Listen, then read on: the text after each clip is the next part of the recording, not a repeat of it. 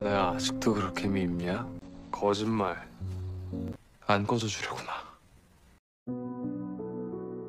Sejak awal pertemuan saat berusia 12 tahun, Doha dan Hakyong selalu bertengkar. Namun, mereka juga selalu menemukan cara untuk berbaikan. Mereka merawat pohon ash yang diberi nama Jongman. Mereka juga sama-sama merawat subak kecil, berulang kali bertengkar dan berdamai. Saat Doha tanya apa Hakyong masih membencinya, Hakyong jawab tidak, karena tak ada apa-apa di antara dia dan Doha. Namun Doha tahu Hakyong masih kesal dengannya.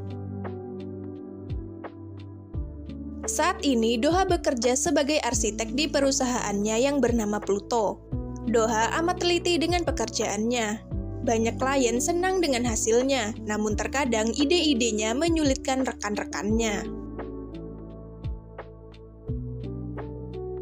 Hakyong datang menemui Sungtaek, pacar Isul, temannya, dan Doha. Karena Sungtaek yang mengenalkan pengacara Suhyuk pada Doha. Setelah itu, Hakyong datang ke pengadilan dan melihat cara kerja Suhyuk membela kliennya. Saat selesai, Hakyong menemuinya. "Kudengar kau selalu mengambil kasus besar dan bayaran mahal. Tapi kenapa kamu mengambil kasus Doha yang kecil?" Suhyuk pun bilang karena ini menyenangkan baginya.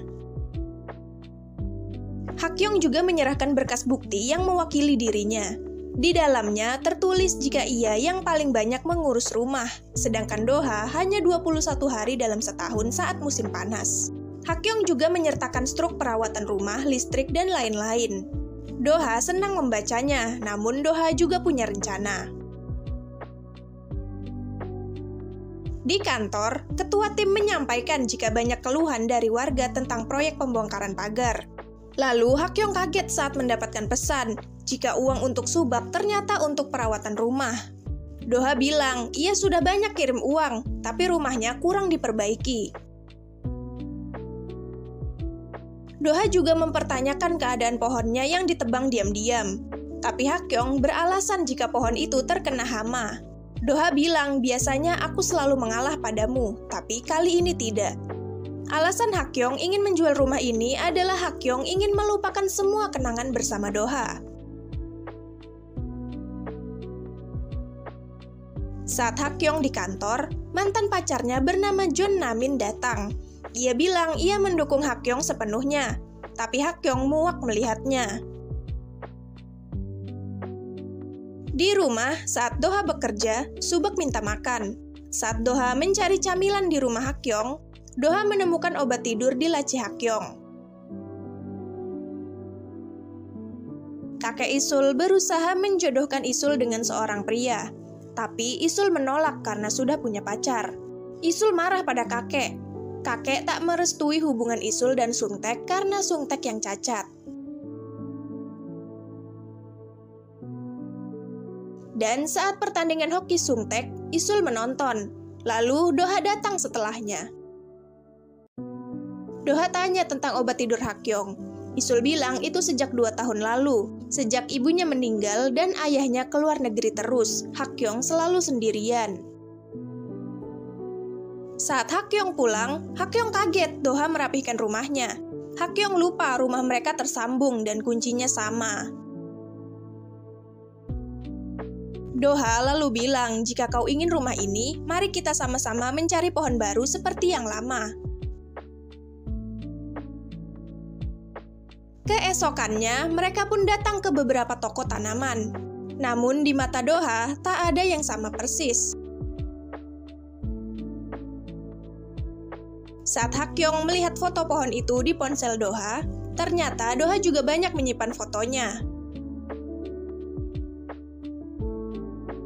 Dan akhirnya, Doha membeli tanaman yang bisa meredakan insomnia tanpa disadari Hakyong. Kemudian di rumah, Namin datang menemui Hakyong dan memaksa masuk, tapi dihalangi oleh Doha. Jadi, Namin membuat keributan hingga mereka bertiga dibawa ke kantor polisi. Tapi polisi juga dibuat kesal dengan tingkah Namin. Karena terpojok dan Hakyong tak membelanya, Namin pun mengungkit jika ia bahkan menebang pohon Doha karena Hakyong tak suka melihatnya. Dan Hakyong pun jadi marah.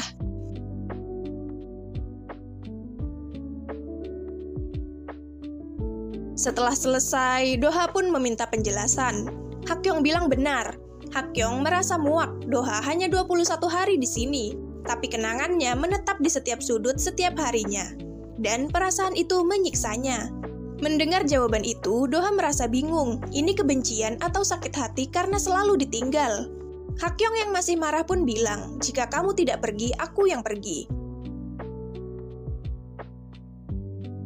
Lalu Hakyong pun mengemasi barangnya dan membawa Subak pergi ke rumah Isul.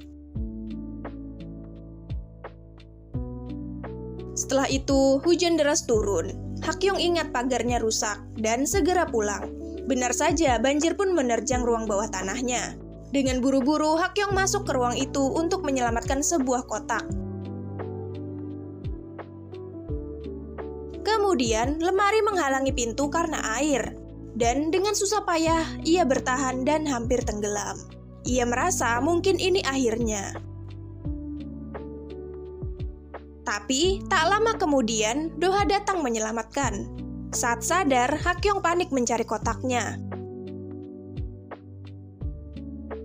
Ternyata kotak itu kotak kenangan mereka. Ada nama Baekdoyong juga.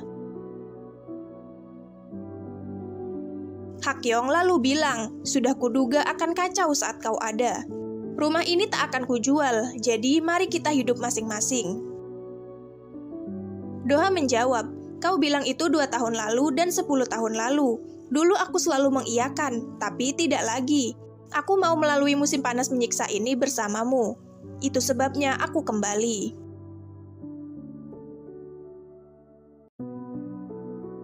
Nah, itu tadi episode 2 Last Summer. Makasih buat yang udah nonton dan sampai jumpa.